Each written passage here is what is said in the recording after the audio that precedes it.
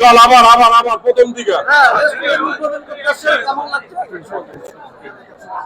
ভালোই লাগতেছে। আসলে আমি তো কখনো কোনো রেস্টুরেন্ট ওপেন করি না, মানে কোনো ওপেনিং আমি যাই না, এটা আমার হয় না। তো একটা ইভেন্ট ম্যানেজমেন্টের একটা ছোট ভাই আছে, যেহেতু আমি ইভেন্ট ম্যানেজমেন্টের, তো আমার অনেক রিকোয়েস্ট করার কারণেই আসলাম। তো রোড সাইড কিচেন এদের আজকে 4 নম্বর শপ, একটা মনে হয় মিরপুরে আছে, বসুন্ধরাতে আছে, মহৎপুরে আছে। তোরা আমাকে বলার পরে আমি মনে হচ্ছে ঠিক আছে যাবো না, যেহেতু ভাই ব্রাদার আসলাম।